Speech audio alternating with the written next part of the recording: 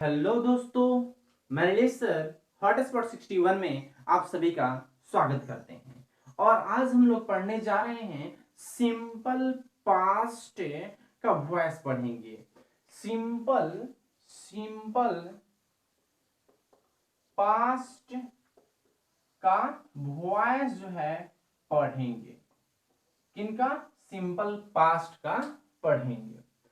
पहचान देखते हैं।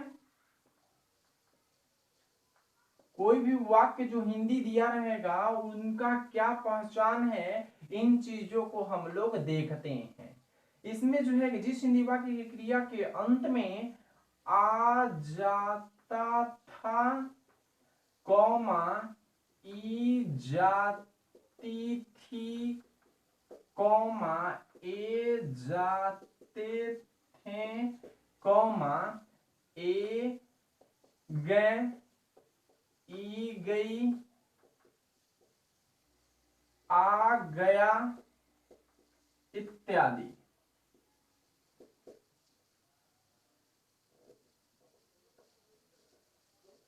इत्यादि ये जो है लगे रहते हैं कोई भी वाक्य जो हिंदी दिया रहेगा उनके क्रिया के अंत में। पहचान जो है देखते हैं, सॉरी स्ट्रक्चर देखते हैं।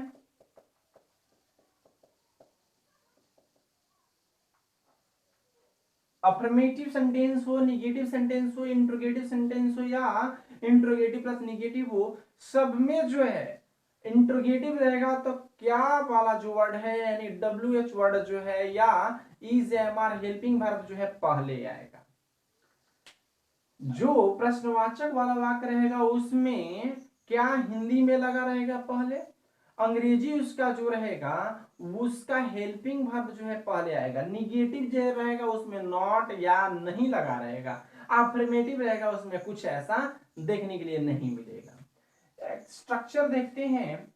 Subject plus was were plus verb 3 plus by plus object. By plus object ये किसका है? पैसिव वॉइस है, पास्ट इंडिफिनिट या सिंपल पास्ट का। ये पैसिव का रूल है। एग्जाम्पल जो देखते हैं एग्जाम्पल में कि ये लड़के दंडित किए गए, किए गए। देखिए ये लड़के दंडित किए गए जो लगा हुआ है ये वाक्य में बताता है कि जिस हिंदी वाक्य की क्रिया के अंत में क्या ए गए हैं, किए गए ऐसे भी या गए ऐसे भी। आप जो समझना है उस चीज को इस तरह से आप समझ सकते हैं। यहां पर लगा है, इसका इंग्लिश हम बनाएंगे। ये ऑलरेडी वाक्य जो है, ये जो वाक्य जो दिया हुआ है ऑलरेडी पैसिव में है, इनका बनाएंगे भी इंग्लिश तो पैसिव में ही बनेगा। इनका सेंटेंस जो बनाएंगे पैसिव में बनेगा। क्या कि ये लड़के का दीजे बॉयज, दीज बॉयज वेयर, क्यों यहां पर प्लूरल है इसके कारण punished, PUNISHED, punished, these boy were punished. इसी तरह से एक और एग्जांपल देख लेते हैं। एक और एग्जांपल है कि मेरे द्वारा एक खत लिखा गया। देख लीजिए इसमें भी लिखा, आ गया, आ गया या आ गया था, लिखा गया था। ठीक, ये जो है लगा रहता है। तो जब ऐसा कंडीशन आएगा तो वाक्य जो है कि ऑलरेडी सिंपल पास्ट में ही बनेगा। जैसे देखते हैं कि अ लेटर, मेरे खत, एक खत है, मेरे द्वारा एक खत लिखा गया, यानी क्या लिखा गया? तो खत लिखा गया। कौन सा खत है? तो एक खत जो है मेरे द्वारा लिखा गया। तो एक खत का a letter, LETTER, a letter was written, WRITTEN, written by me, by me. देखिए दोनों तरह से बता दिया गया। अगर इसी चीज को अगर तीसरा एग्जांपल के माध्यम से देखिए कि ये लड़के दंडित नहीं किए गए, नहीं किए गए, ये लड़के दंडित नहीं किए गए लिखा हुआ है, यानी कि देखिए ये वाक्य निगेटिव बता रहा है। इसको कैसे बनाएंगे? तो these boys were not punished, these boys were not punished। अगर जो है कि हम प्रश्नवाचक वाक्य को देख लेते हैं एक बार, जैसे यहां पर बोलता है कि क्या मेरे द्वारा एक खत लिखा गया, क्वेश्चन मार्क्स लगेगा इसमें। तो देखिए क्या है, क्या एक खत लिखा गया मेरे द्वारा, इस तरह से भी अरेंज कर सकते हैं। तो पहला एक खत का अ लेटर के साथ वाज लगता है, तो was a letter, was a letter written, WRITTEN by क्या, मेरे द्वारा का me, by me, question marks लगा दिए। इसी तरह से जो है हम पूरे वाक्य की जो है फॉर्म कर सकते हैं। चाहे जो है वाक्य जो है इंट्रोगेटिव प्लस निगेटिव में रहेगा तो कुछ करना नहीं है, was letter not written by me, यानी कि क्या मेरे द्वारा एक खत नहीं लिखा गया।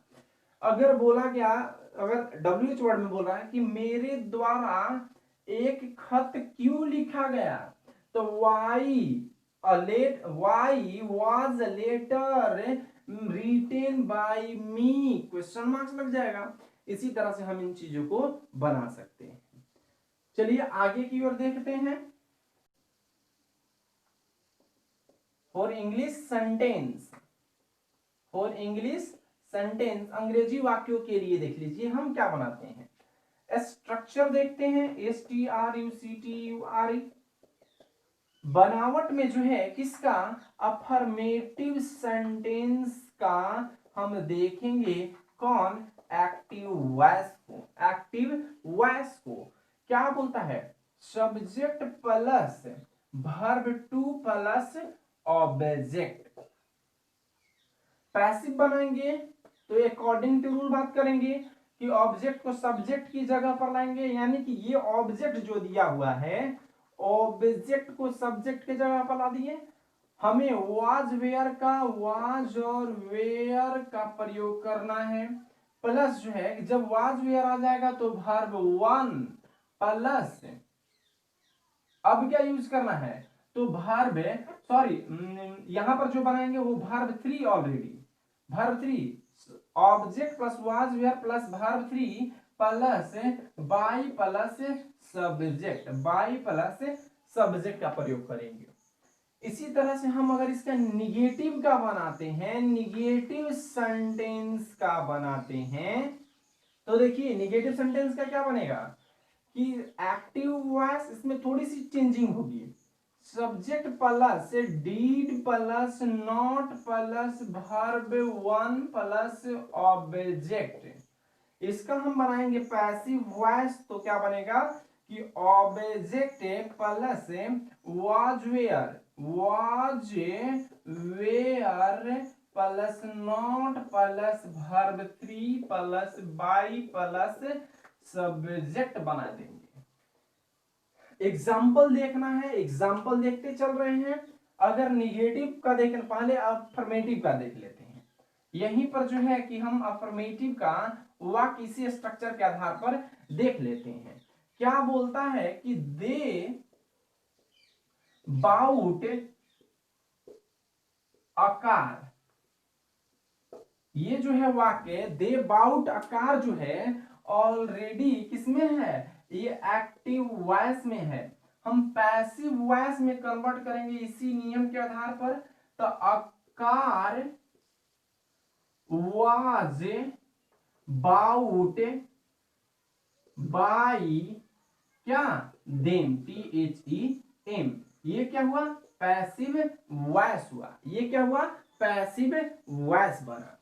इसी तरह से हमको निगेटिव का अगर इसका बनाना होगा तो क्या कुछ नहीं विशेष करना है, यहां पर यूज करना है एग्जाम्पल। देख रहे हैं, बोलता है कि they did not bought a car, they did not bought a car, ये क्या हुआ, एक्टिव वॉइस हुआ। इसमें निगेटिव सेंटेंस में they did not bought, BOUGST, bought a car, यहां पर जो है हम इसको फॉर्म करके पैसिव में बनाएंगे तो अ कार वॉज नॉट, क्या, a car was not bought, BOUGHT, bought by, यहां पर क्या दिया हुआ है, दे का them, THEM, a car was not bought by them. समझ में है? एक चीज और इसमें देखिए, यहां पर जो है कि आप यूज कर रहे हैं verb, sorry, they did not by a car, sorry, they did not by, BUY, by a car, ये जो है ऑलरेडी वर्ब 1 है, देख लीजिए वर्ब 1 लगा है, यहां पर क्या है, बाउट लगा है, यानी कि वर्ब 3 लगा है। इससे पहले वाला एग्जांपल में चलते हैं, उस पर गौर करना पड़ेगा कि वाक्य में जो है ये जो वर्ब 3 नहीं है, ये जो है आपको वर्ब 2 है, और सेम जो है यहीं पर इसी के जैसा सेम मीनिंग जो दिया हुआ है, ये क्या है, वर्ब 3 है। तो डिपेंड करता है कि जिनको अगर टेंस का स्ट्रक्चर याद होगा उसके अनुसार इन चीज को एक्टिव वॉइस को पकड़ेंगे, और जब इनको पैसिव वॉइस का स्ट्रक्चर याद हो जाएगा पास्ट इंडेफिनिट का, तो यहां पर समझेंगे कि वर्ब 3 का प्रयोग किया हुआ है। ये जो है बहुत मायने रखता है। कोई भी एग्जाम में जब एरर ओमिशन की बात आती है, चाहे जंबल वर्ड का बात आता है, चाहे किसी भी चीज का बात आती है, जब भी करेक्शन करना हो या सेंटेंस फॉर्मेशन करना हो, उनके लिए जो है ये चीज याद करना बहुत ज्यादा जरूरी है। Thank you for cooperate me.